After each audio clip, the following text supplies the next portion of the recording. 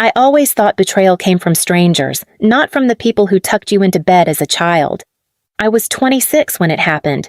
After years of clawing my way up from unpaid internships and temp gigs, I finally landed a coveted corporate strategist position at a major renewable energy firm in Chicago, the kind of job you fight for, the kind you don't even tell people about until the offer letter is signed, just in case fate decides to snatch it back. But I made it. I worked late, I spoke up in meetings, and within a year, I was promoted to executive liaison to the COO. Please subscribe to our channel and tell us in comments from where are you watching this video, and that's when my parents started noticing me again. "Look at our daughter," my mom would say on Facebook, "making us proud in her fancy little job." Like they had anything to do with it. Like they hadn't spent most of my childhood reminding me I wasn't as pretty, as charming, or as promising as my younger sister Lila. Lila, the golden child.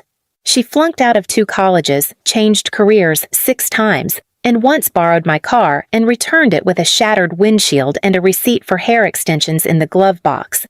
My parents still worshipped her. "You should be more like your sister," Dad used to say. "She's a free spirit." No, she was just irresponsible. But when I finally had something they couldn't ignore, success, they didn't celebrate it. They plotted to steal it. It started with strange whispers at work.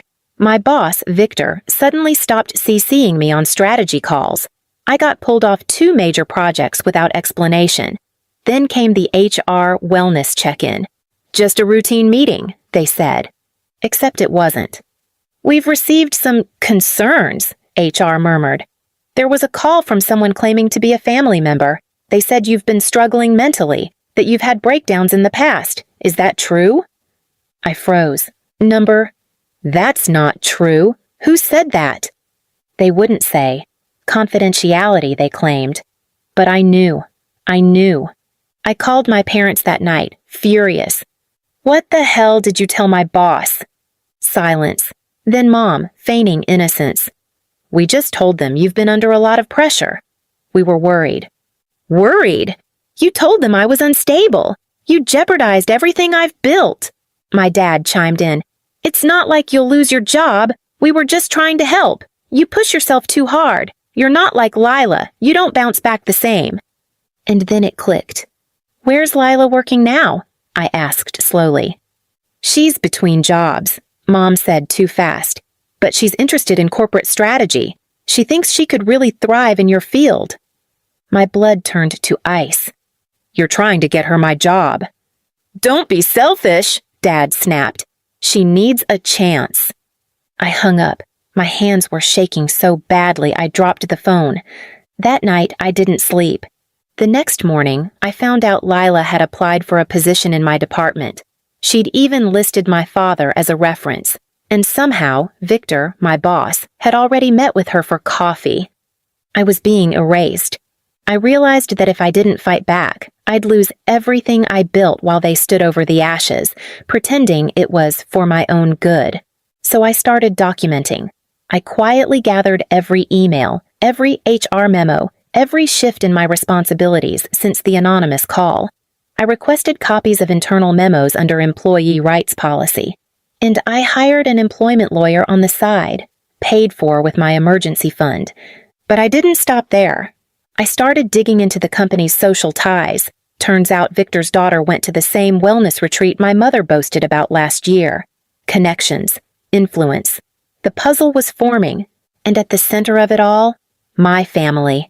They weren't just trying to ruin me, they were trying to replace me, and I was about to make them regret it.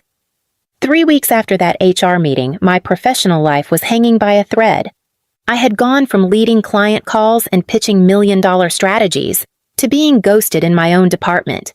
I wasn't fired, yet, but I was clearly being phased out. All while Lila floated around the office like she owned the place, introduced to people as Alyssa's talented younger sister, soaking in stolen attention like sunlight. She had the nerve to wink at me in the break room. "They said you needed time off," she smirked, sipping her latte.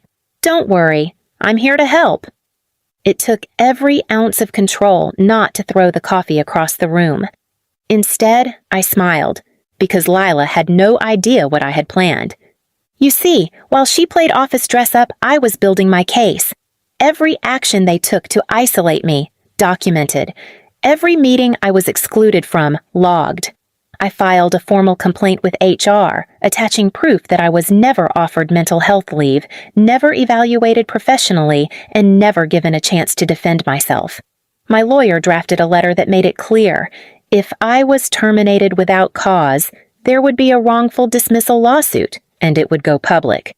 But I wasn't done. You see, the one thing my parents had always underestimated was that I didn't just know strategy. I lived it. Behind the scenes, I had already connected with Victor's competitor, a rising CEO at a rival firm who had been courting me on LinkedIn for months. I scheduled a discreet coffee. When he heard what happened, he looked shocked. "They used your own family to sabotage you?" he said, eyes narrowing. "You built one of the most profitable forecasting models we've seen in this industry. If your company can't see that, we will." He made an offer within a week, not just for a position, for partnership. But I still wasn't done. I waited until the quarterly board meeting, the one where Victor always presented company strategy based on my models. This time, I showed up uninvited and dropped a folder on the table. Inside, the email chain proving how I was pushed out, a copy of the HR complaint, and a resignation letter effective immediately, on the condition that they pay me out 6 months of severance or face public legal action. They didn't even argue. Victor's face turned white. I walked out without looking back. And as for my family? Oh, they were so proud of Lila's new job. They posted about it nonstop. Until 2 weeks later, she was let go. Quietly, with no explanation. What they didn't know? That same week, the firm I joined announced a hostile acquisition of my former company's North American division. Guess who was on the transition leadership team? Me. Guess who wouldn't be coming back? Victor. And guess who would soon receive an internal ethics investigation notice for hiring a sibling of an employee during an active HR complaint? Lila. But the final move?